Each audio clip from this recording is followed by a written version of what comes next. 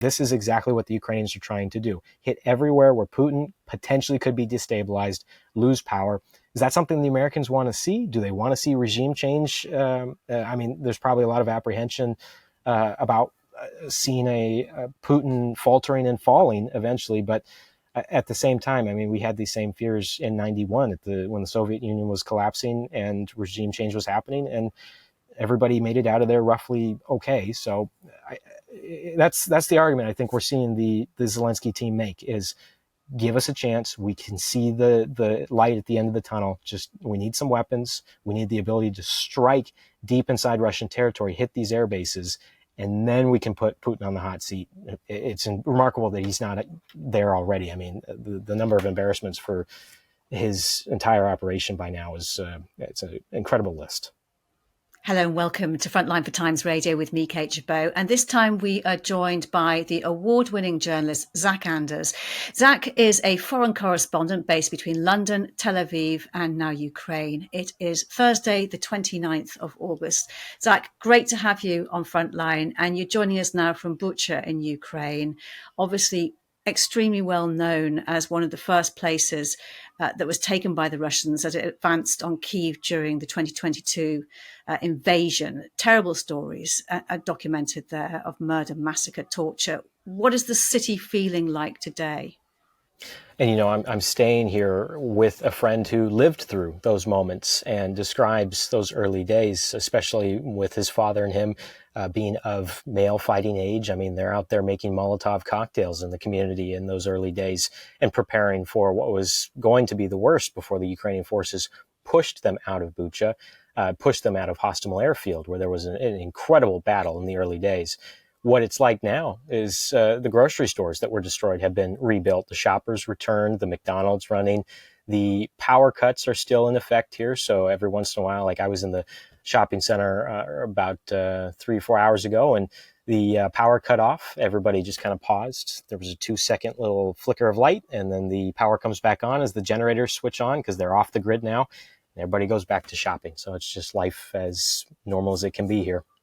Yeah, they're calling it the new normal, I understand. And Zach, you're there, but you have just returned from Kursk Oblast in Russia, where you've been on a reporting trip to see how the Ukrainian offensive there has been going. How did you get there, first of all? We were in Sumy, and a armored vehicle took us across the border. There's a lot of restrictions about what we can and cannot film. The amount of Ukrainian equipment that was moving in the direction with us was really impressive. And I think it spoke to how the Ukrainians regard this counteroffensive as a now real element of how they're going to create this end game strategy for the conflict here, that this is going to play a major role.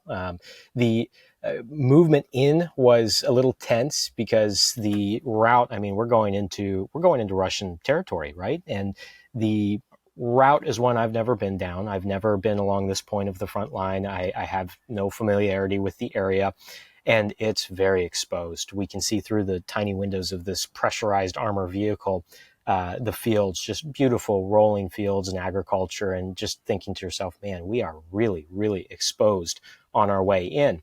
The fear that I have in that moment is perhaps everything we've been reading about where the Ukrainians are actually situated, how deep into Kursk they've actually gone. We don't know how solidified those front lines have become, or if they're building defenses deep, far away that would keep the Russians from getting anywhere close to launching anything that could strike us and kill us in a road like that. And of course, the FPV drone. So it's tense, but we get into Suja, which is one of the first areas that the Ukrainians bursted through the border checkpoint, captured, surrendering Russian POWs, and then pushed into Suja. And not very much damage to speak of. I mean, when we talk about Russians coming into Ukrainian towns, it's flattened, it's leveled. But the Ukrainians on this trip made a real point to show us that, hey, we came into this area and we were engaged with Russian forces. But look, we didn't destroy homes. We didn't destroy community centers.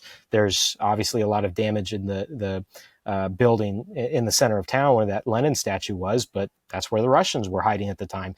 And civilians had been fleeing the area. So it was really a surreal experience.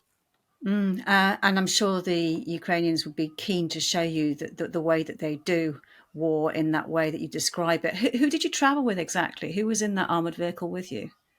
So we had a team from the Times and a team from the Sun and some local Ukrainian photographers as well. That I thought they were going to be the ones that were uh, most excited to do this, but they were the ones that were the most. It was for them. It wasn't a gratifying experience, right? This was. You could see the stress, the strain on their faces as they were doing about their work. I mean, the Ukrainian journalists were they've been enduring this for years and years, and for them, this was not. It wasn't like a victory lap, you know. Of course, we'll be talking to our colleagues from Times as well about this in the coming days. Just really interested. You described that journey. Can you tell us a bit more about what you saw of Kursk or Blast? What was the area like exactly? Because I understand it's very much countryside that's been taken. Yeah. Yes, it's very much countryside settlement here. Larger Suja is a little bit of a larger city, but they they don't. I think the Ukrainians said that there was about 600 people in there at the time as Ukrainian forces moved in. It's not entirely clear how many civilians remain either.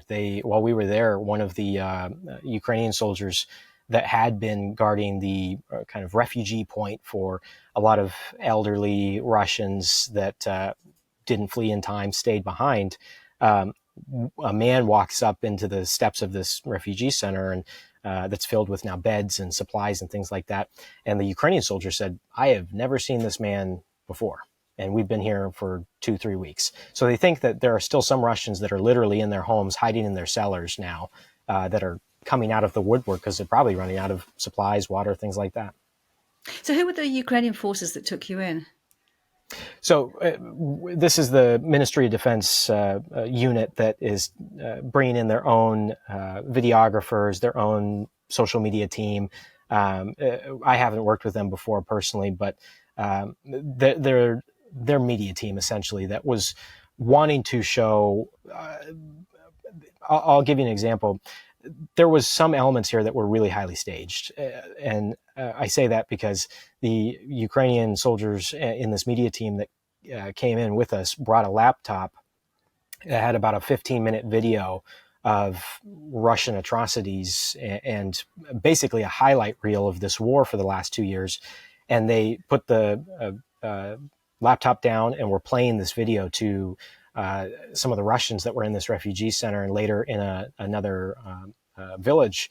And they didn't force anyone, to come and watch this video. And I think it was entirely voluntary because there was another room next door that was filled with probably about 15 or so other Russian civilians that were given the option to come and participate when the cameras arrived and when they were playing this video on the laptop. But most of them, they were told, if you don't want to be on film, stay in this room while we're here. And most of them stayed in this room. A few were already outside and watched this video and didn't have very much to say after it either. Interesting. Yeah, that was going to be my next question, was what their reaction was. Did you get a chance to try and talk to them? Yeah, we did. In the later village, the second time that they showed this video, there was just 3 Russian civilians. And I should say that, on a tour like this, there were moments where the Ukrainian troops outnumbered, who were with us, with this journalist team, they outnumbered the number of Russian civilians that were coming out and participating and watching this video. So there's some scenes where I'm reviewing the footage, and it does look a bit like there's Ukrainian soldiers with their guns, and there's 3 old Russian men and women. The contrast is a bit stark. But the one woman in the second village that we went to, where they showed this video, at one point, the video is showing this woman describe the destruction of her home, and she points to the window, and the window frame is fallen in, and there's glass everywhere. And at that scene, the Russian woman who was watching this video does a face, turns to her side of the building, and points to the blown out window and the shattered glass in her building. And she later would say, we've seen these scenes of war, but what about Belgorod and the drones, the Ukrainian drones that have been hitting Belgorod? And she was a bit defiant. She acted as though, or she stated to me afterwards, I'm going through the translation now, that, we're not political people. We are living in a village that does not have electricity. We've got our own problems. We are seeing war on our side too. And she kind of rebuffed us that way. And did you get much chance to talk to the Ukrainian forces? No, not on this trip. They were unauthorized to speak to the media this time. And I'm just interested because when you get Russian civilians saying we're not political, interested to know what the Ukrainian the Ukrainian response to that would be, because obviously that is exactly the problem that some of the Ukrainians have, is that people are not are kind of not wanting to see what's going on, and that is part of the problem. Yeah, the Ukrainian troops that were, especially one in particular, who was one of the specialists that was filming for the Ukrainian army, was listening. He spoke English and would tell me afterwards that, what else do we expect? I mean, this is the entire conflict in a nutshell. You've got a critical mass of people who say these things, that they're not interested in politics. They don't get involved in this way. They've got their own problems, and this isn't my war to fight. And he kind of snickered, and I asked him, does this feel any different to be where you're standing now in Russian territory? And he said, no, it feels no different. I mean, it's just wherever you look, these villages look the same. These fields look the same. We're speaking essentially the same language most of the time. This is the same war. But did you get, I mean, all right, yeah, they say it's the same, but did you get any sense of pride that actually, or even perhaps concern that this invasion was being carried out while there's such a strong defense going on in the Donbass region? I mean, did you get any Right. perspective from the the Ukrainians that were with you, about how they viewed this particular operation? I tried to. This is the area where they didn't want to talk. I mean, you can read their faces and you can tell that there wasn't a great amount of satisfaction or pride in this moment, which I thought was the most interesting, because I was expecting, I mean, if you're a soldier and you've been fighting this war for however long personally, and you get this moment, because this is the kind of thing they joke about when you're in the trenches with them or you're out on the streets and the cafes. The things they always joke about is one day we'll be in Moscow and this will all be over, and that kind of humor, Ukrainian humor. But in this day, it was very solemn. It was like they were participating in something that they had no feeling within them that there was any satisfaction, that it was just a moment. And I think partially because of that, and again, I'm reading faces here, but partially is because it was pretty tense. I mean, again, we don't know where Russian forces are. There's heads on a swivel. So it was more about that, I think. Did you get any sense, though, you talk about it being tense, did you get any sense of how secure you were while you were there? Yeah, I didn't feel, there weren't any moments where I felt like we were in imminent danger, but we did hear what I believe, just by my untrained ear, but I've been in northern Israel now, listening to the sound of outgoing artillery for 10 months. And it did sound like the Ukrainians had set up some artillery pieces and were firing out. I didn't notice or detect any incoming. Of course, when we're out of the armored vehicle and we're moving around, the real concern is these FPV drones, which you can't, sometimes you can't even hear before they drop ordnance on you. And um, uh, but we're around Russian civilians all of the time in these moments. So it would take a Russian operator making a decision or making a mistake and targeting Russian civilians at the same time in those same moments, which I think is now the crux of where Kursk is heading. Is we've got a building humanitarian crisis maybe, that it's now, the imperative is now on the Ukrainians to protect these Russian civilians. And we've seen and demonstrated that the Russian equation really does not value their own soldiers. They will throw them to the meat grinder on these front lines, tens of thousands of dead. They don't value Ukrainian civilians. I'm in Bucha. We know what the Russians, the atrocities they did against civilians here. So if they don't value the Russian soldier's life, they don't value the Ukrainian civilian's life. Do they value their own citizens' lives in their own territory? That's going to be the question going forward, because there's still a good number of people, Russian civilians, that are in their homes, that are out and about on the streets, that are in these refugee points. And are they going to be in the crosshairs going forward? I think that's going to be the major concern here, is what happens next. And I asked one The only young person I saw there was a 17-year-old woman who said to me, I asked her, do you believe that this is going to go on for some time? It's already been 3 weeks. And she said, I think the Russians will be here in about a week and this will be over. Doesn't seem like it's going to be at the moment, but I mean, who knows at the moment with the turn of events in this war. Interested to hear a little bit more then, now that this area is under Ukrainian occupation, what is daily life like for the people who are there? It's pretty frozen. I mean, I think I've seen some people mention about this area in particular that it kind of highlights what the Russian Federation looks like from within. It's an area in some of these places that does not have electricity, does not have running water, relatively impoverished in some areas. The the For these people that live in this area, what was life like for them before the war? Well, it was pretty slow and pretty quiet.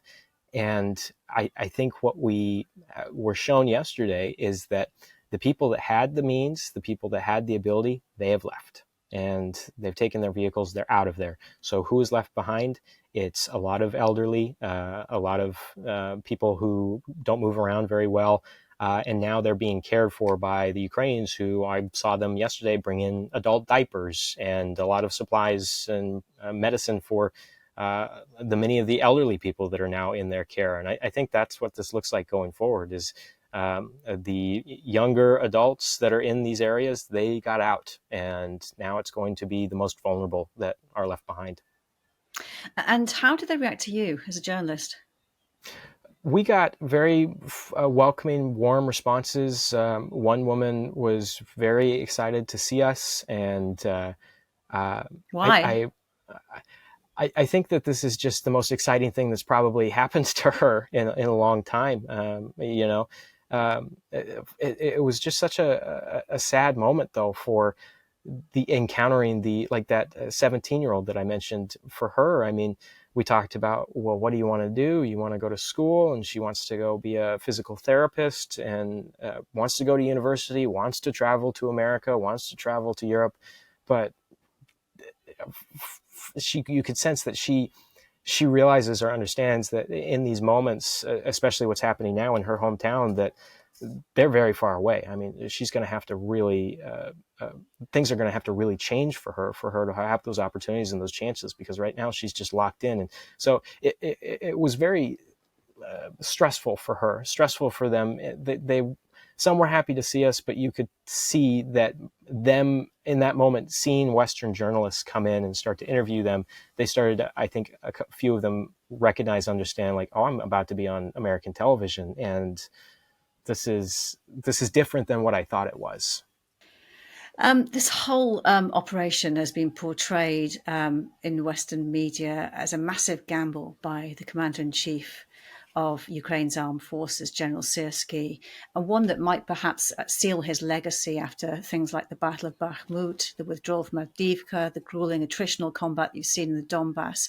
I was interested that if that is so important, that the kind of lack of enthusiasm that you said that you experienced by the people who were actually taking you into this area.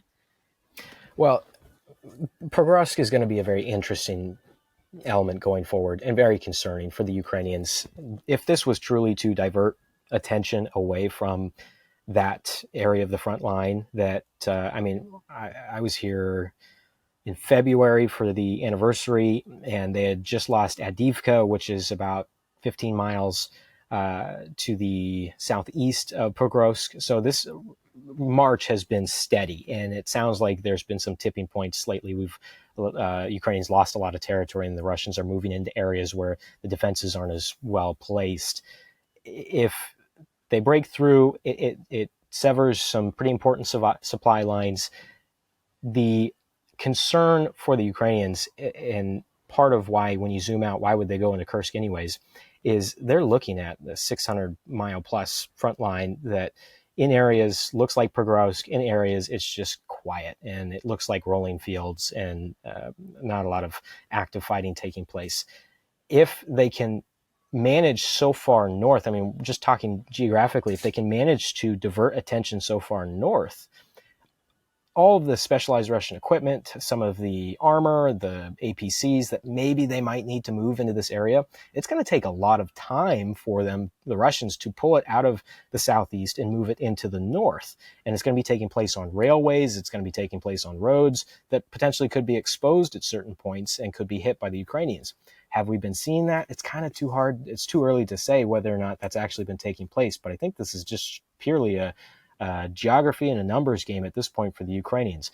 Pull some of those resources away from the southeast, expose them, and then as they're moving into the north, you've got potentially a better chance with some of this new Ukrainian equipment and the fighter jets, the F-16s that they have now, to be able to strike some of this.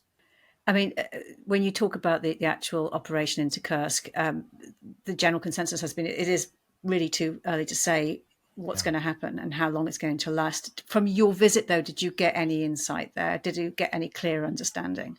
Yeah, I think it's going to last quite a while. I would not be surprised if, uh, you know, we just saw on open source data satellite images, and the whole question was whether or not the Ukrainians are actually building defenses in Kursk. Are they building the trenches and the pillboxes? And we've seen satellite data now that shows that they are about 5 miles north of where we were visiting. So that's the kind of thing that says we're in this for the long haul. If they try and hold this area, it's not very easy for the Russians to make advances because it's just flat rolling hills and farmland and a lot of wide open spaces. So it seems like a relatively safe move for the Ukrainians to move into this particular area and try and defend it.